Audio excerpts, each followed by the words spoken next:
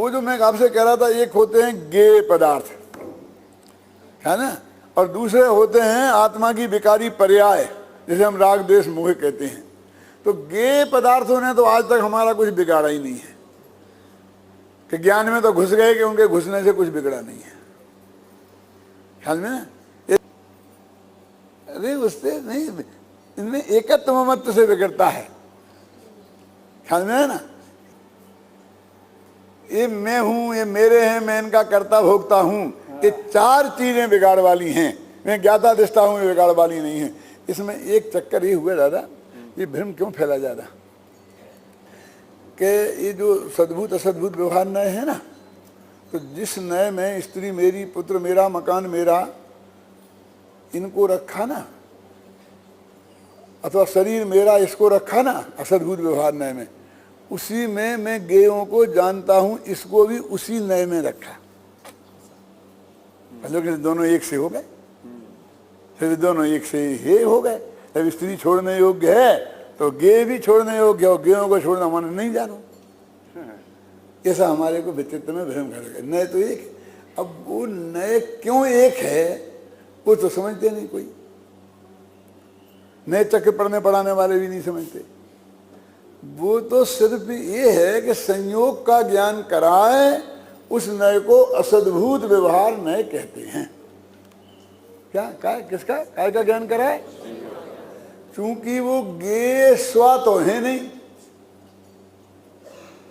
अपने जानने में आए तो पर है ना, तो इस संयोग का ज्ञान कराया, इसलिए बस पर है, इसलिए उसका नाम असद्भूत हो गया। समझ गए ना। इतना असद्भूत होने का कारण है। तो क्या शरीर को अपना मान ले तो मिथ्यात्व हो जाता है यहाँ? तो ज्ञान में जो गे झलके उन्हें अपना मान लोगे तो मिथ्यात्व हो जाएगा। लेकिन वो जानने से थोड़ी हुआ, उसमें अपना मानने से हुआ। क्या? लेकिन अनादिकाल से इस जीव की ऐसी खराब आदत है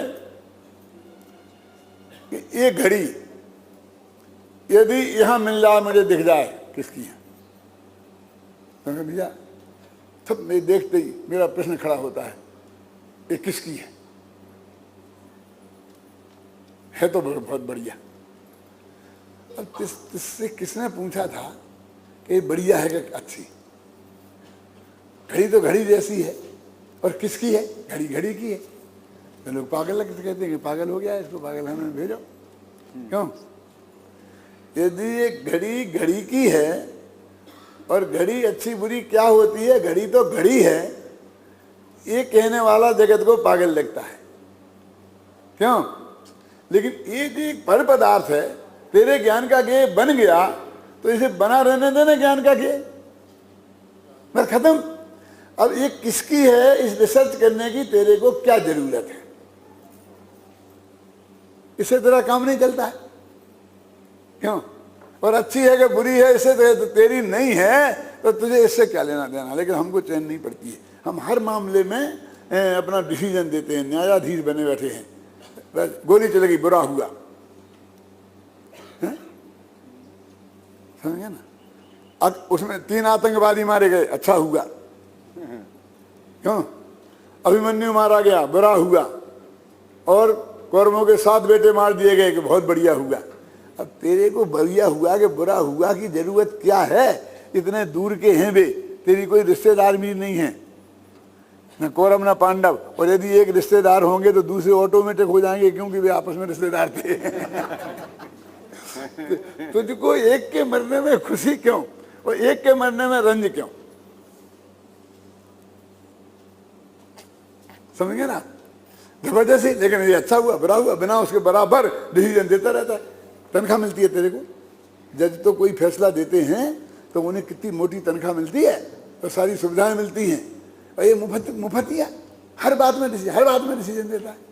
वो गड़बड़ तो वो है कि उसमें अच्छा और बुरा ये राग द्वेष का काम है, और ये मैं हूं कि पर हूं, आप सुने, ये मिथ्यात्व का दोष है। तो इसलिए बस खत्म। क्यों भैया, क्यों पूछ रहे हो? ये किसकी है? बहुत बढ़िया है, क्या को पूछ रहे किसकी है? यदि कोई यहाँ मौजूद नहीं हो और कोई नहीं बताए कि मेरी है तो मेरी हो जाए। क्यों? लेकिन तेरी भी नहीं है ना, कि नहीं मेरी भी नहीं है, तो छोड़ दे, तेरे को क्या लेना देना। कोई उठा ले जाएगा तो कोई की घड़ी कोई उठा ले जाएगा, तेरे बाप का क्या जाता है। एक बहुत सच्ची घटना सुनाता हूँ, बहुत पुरानी है, दादा को याद आ गई। मैं जयपुर में आया था और ये शायद परमात्म 5वीं क्लास में पढ़ता था, 4वीं में पढ़ता था, और ऐसे बच्चे उससे सब छोटे छोटे हैं, ये पढ़ते थे। तो एक दिन अपने शाम को बगीचे में बैठने जाते थे, तो रामनिवास बाग में बगीचे में बैठने गए। तो जिस बेंच पे हम लोग बैठे वहाँ एक किसी का पेन पड़ा हुआ है, बहुत बढ़िया पेन था। अच्छों का मन बिगाड़ दे ऐसा पेन था। बोले दादा ये पेन पड़ा है तो पड़े रहे, कोई ले जाएगा तो ले, तुम्हें क्या। तो कोई ले जाएगा तो इसलिए वो ना ले जा पाए, माने चोरी नामक पाप वो ना कर पाए, इसलिए चोरी नामक पाप अपन कर ले। उससे पाप को बचाने के लिए क्यों, किसी की गिरी हुई पड़ी हुई भूली हुई चीज को ले लेना और लेकर किसी को दे देना, ये चोरी की परिभाषा पड़ी है आपने कि नहीं पड़ी। क्यों? तो अपन ले लें और फिर निकालेंगे राजस्थान पत्रिका में, आएगा कोई तो दे देंगे, क्यों कि पुलिस में दे आएंगे।